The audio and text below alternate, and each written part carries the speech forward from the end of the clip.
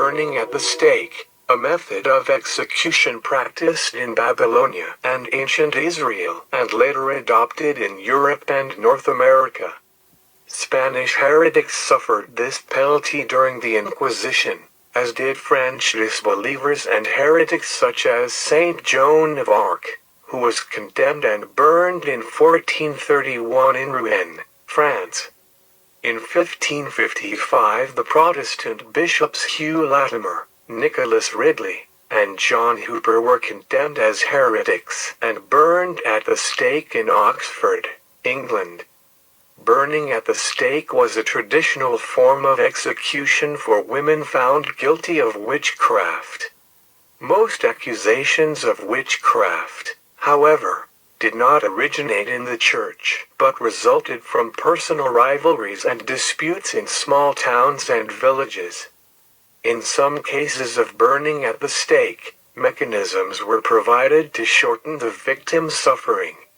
These included attaching a container of gunpowder to the victim, which would explode when heated by the fire and kill the victim instantly, and placing the victim in a noose, often made of chain, so that death occurred by hanging. In England, the burning of heretics ended in 1612 with the death of Edward Whiteman. The country's last execution for heresy occurred in 1697.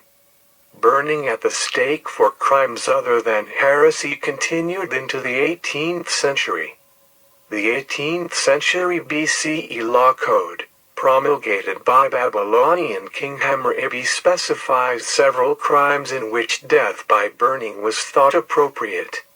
Looters of houses on fire could be cast into the flames, and priestesses who abandoned cloisters and began frequenting inns and taverns could also be punished by being burnt alive. Furthermore, a man who began committing incest with his mother after the death of his father could be ordered to be burned alive. In ancient Egypt, several incidents of burning alive perceived rebels are attested to. Senusret rounded up the rebels in campaign, and burned them as human torches. Under the civil war flaring under more than 1,000 years later, the Crown Prince Osor Khan showed no mercy, and burned several rebels alive. Women committing adultery might be burned to death. John Manship White, however, did not think capital judicial punishments were often carried out, pointing to the fact that the pharaoh had to personally ratify each verdict. Professor Susan Redford speculates that after the harem conspiracy in which Pharaoh Ramesses III was assassinated, the non-nobles who had participated in the plot were burned alive. Because the Egyptians believed that without a physical body, one could not enter the afterlife. This would explain why Pintor, the prince whose mother instigated the would-be coup, was most likely strangled or hanged himself. As a royal, he would have been spared this ultimate fate.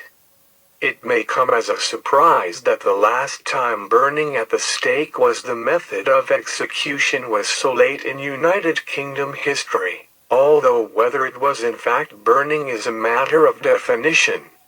On Wednesday, March 18, 1789, one Catherine Murphy, a counterfeiter, was dragged from the debtor's door of Newgate Prison, and led past the hanging bodies of at least 4 of her male accomplices.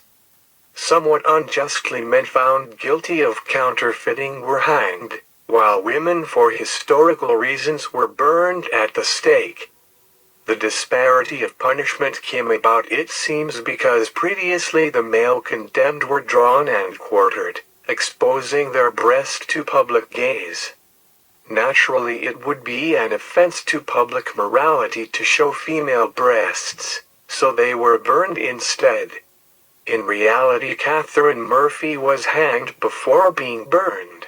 The executioner Brunskill tightening a noose around her neck and letting her dangle for a good 30 minutes before setting light to the faggot spread around her.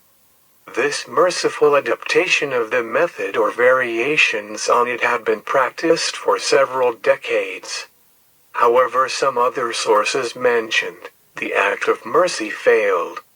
Catherine Hayes in May 1726 suffered horribly when the executioner lit the faggots too soon, and was prevented by the rapid spread of the flames from putting the strangling rope previously arranged round her neck to good use. It was not out of mercy for the condemned that the law was changed to end burning at the stake in 1790, but because the sensitivities of JPS and sheriffs were offended by the gruesome sight and vile smell of bodies thus treated. Catherine Murphy and her husband, Hugh Murphy, were convicted for coining at the Old Bailey in London and sentenced to death on the 18th of September 1788. She and her husband were executed on the morning of the 18th of March 1789 at Newgate Prison along with 7 other men who had been convicted of various offenses. The 8 men were executed by hanging. But as a woman, the law provided that Murphy should be burned at the stake. She was brought out past the hanging bodies of the others, and made to stand on a foot-high, 10-inch square platform in front of the stake. She was secured to the stake with ropes and an iron ring.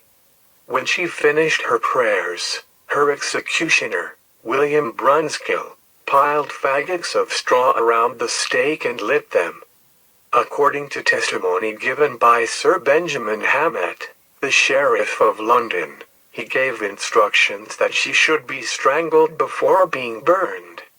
She was, reportedly, tied with one rope around her neck, after which the platform was removed from under her feet, and 30 minutes passed before the fire was lit, and thus, she was not actually burned alive. Whatever the case, Catherine Murphy remains the last person to have been sentenced and at least officially executed by the method of burning. In part through the efforts of Sir Benjamin Hammett, who took the execution of Murphy as an example when he criticized this form of punishment.